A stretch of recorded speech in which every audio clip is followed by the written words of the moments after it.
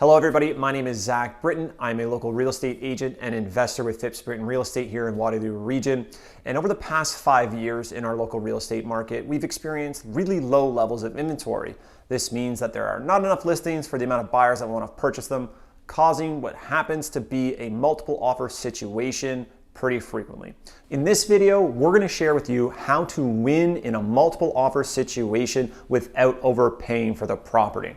So if you're actively buying, if you're considering purchasing a property, or you just want to learn about the tips and strategies that we use for our buyers to make sure that we're still getting great value, even if we are competing with other buyers, then this video is perfect for you. So let's get into it.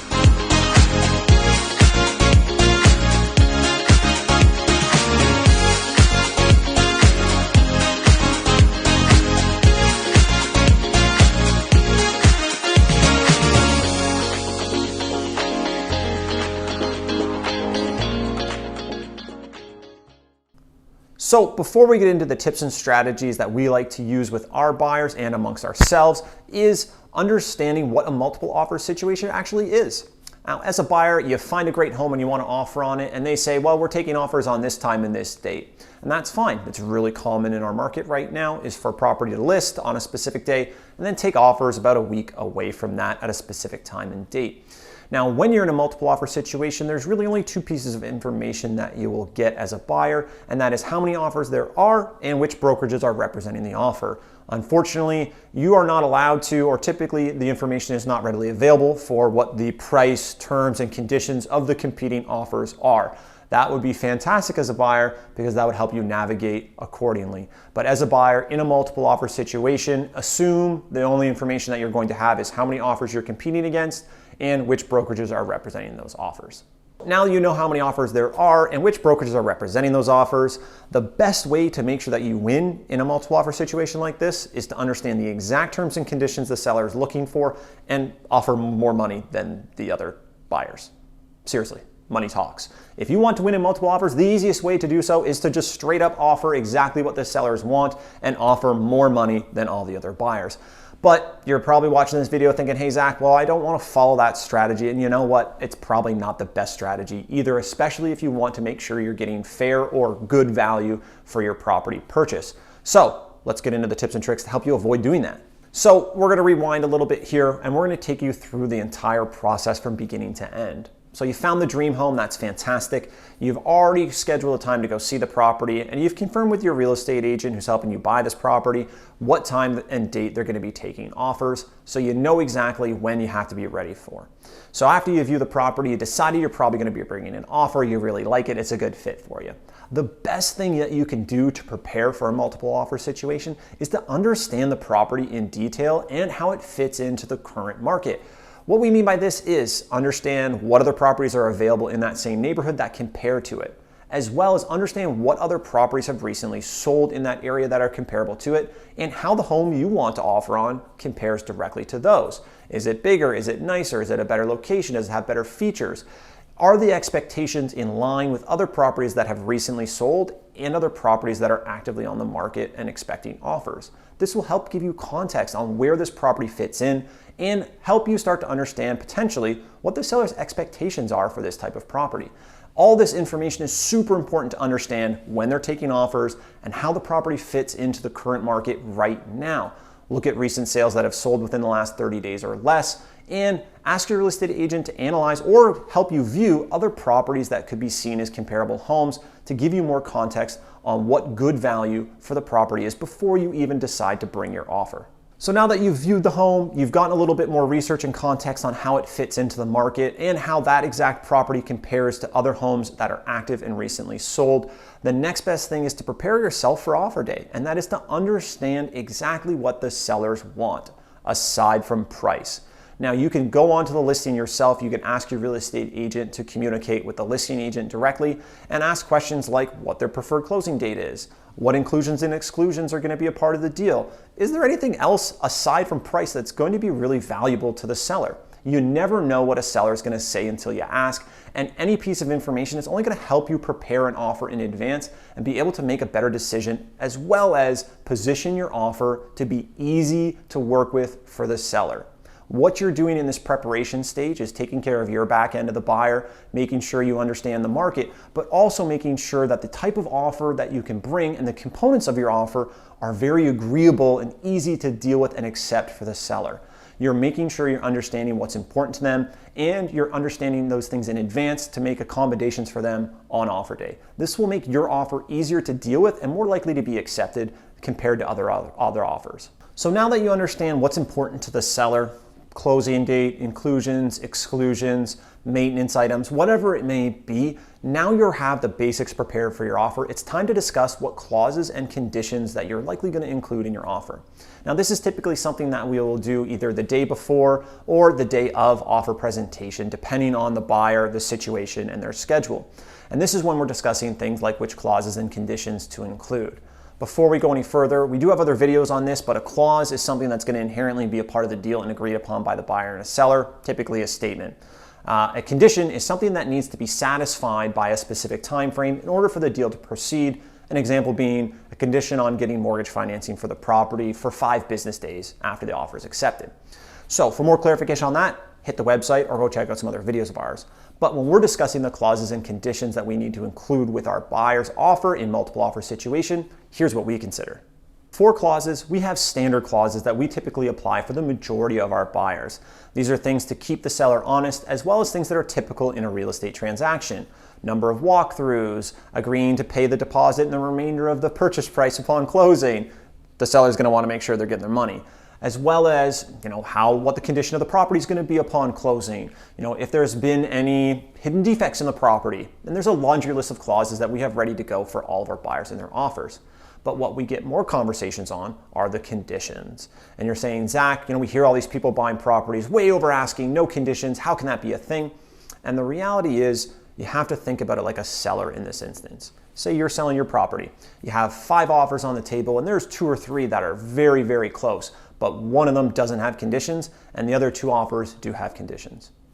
If you're a seller, you are more likely to accept an offer without conditions, all else the same, than an offer that does have conditions, because the conditional offer is just one more thing that can change or go wrong between when you accept the offer and when you're supposed to firm up. If you accept an offer as a seller that has no conditions, it is a done deal. It is a firm and binding contract. There's no inspection to satisfy. There's no mortgage financing or insurance to satisfy. A little bit cleaner for you as a seller and more desirable for you as a seller if all the other terms and price and conditions are going to be the same. So as a buyer, it's a really tricky choice. Do you compete with other buyers while you have conditions in your offer, or do you take on additional risks by removing the conditions from your offer, but also increasing your chance to win? And that's what we're going to talk about now. So conditions and offers, guys, this is a really important topic. And what I want to highlight here is there is a way to offer on a property without conditions, but still remain protected. And why this is so important is if you're competing with other buyers, not having conditions in your offer makes it so much stronger and more appealing and more likely to accept to a seller. Like I just said in the example before, if you're competing against other offers and there's an offer that's very similar to yours and doesn't have conditions, where yours does have conditions but is very similar to everything else, you're more likely to lose that one because it's one less thing that can go wrong for the seller. They can just accept that firm offer without any conditions. It's a sold, a done deal. They can just proceed with their business. So as a buyer, here's what we recommend and what we like to do with our buyers to avoid having conditions in our offer but still staying protected. What you're going to do is you're going to follow the instructions that we suggest on our Buying Smart package as well, and that is to view properties early and view them often. So if you have a property that's come up on your search or that you see, I highly recommend you view it in person as quickly as possible to make sure, 1, it's a good fit for you, 2, understand that if you like it and you want to bring an offer on it, you make arrangements to take care of some conditions prior to bringing an offer. And this is how you do it. Number 1, financing condition, very common 5-10 years ago, not common anymore. And you're saying, Zach, well, if I don't have a mortgage or I can't confirm I can get a mortgage for the home, why am I even offering on it? Nay. You're going to confirm your mortgage financing before you go shopping. And then when you go shopping with us, we're going to take you to see a lovely home and you're saying, oh my God, I love this property. I want to buy it. When's offer day? Between when we view it and offer day, we are going to provide all the information that your mortgage broker is going to need, as well as some comparable sales and what we think that property is going to sell for, to the mortgage broker to confirm that you as the buyer will be able to get mortgage financing for that property at the price point that we're considering offering on offer day.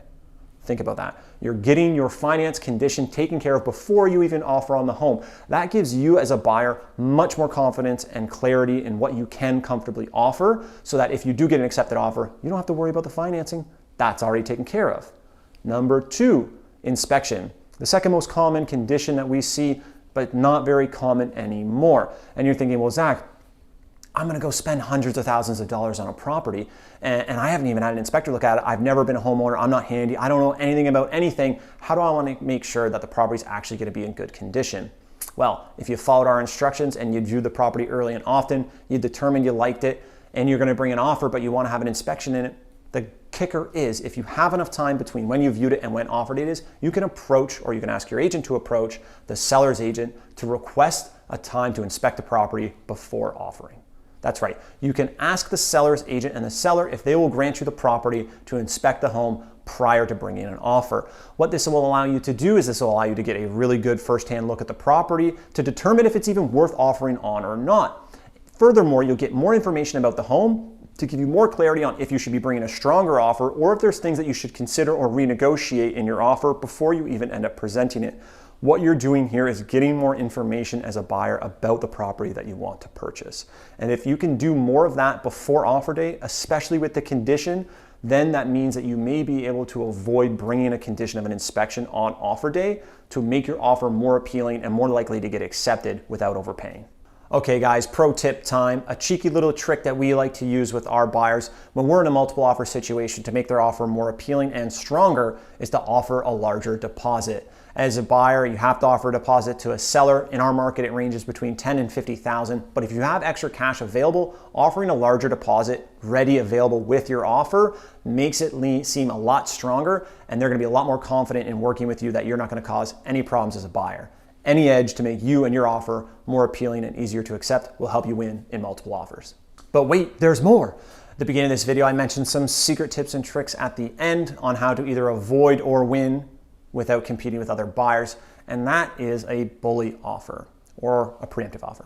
Now, what happens when listings are put on the market is they say, you know what, guys, we're listing on Monday, we're gonna take offers a week or so from now, but what you can do to avoid competing on offer day is you bring them that bully offer or that preemptive offer before they've actually requested offers to be reviewed. Now, there's a few things you need to know about bully offers, guys. You can't be bringing conditions, and it's gonna have to be over asking price. You're gonna have to bring an offer that is good enough for the seller to accept, but not so good that it's worth more or likely to sell for more on offer day.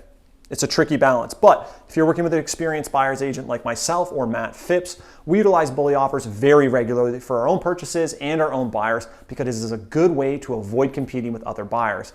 Fewer buyers you compete with, you're less likely to pay more money or overpay for a property. And if you can avoid competing, I don't know why you wouldn't.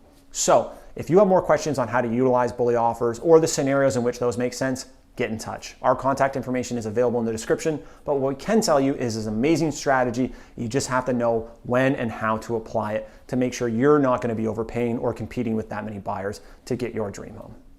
So buyers, you are now an expert on how to approach and navigate the multiple offer situation.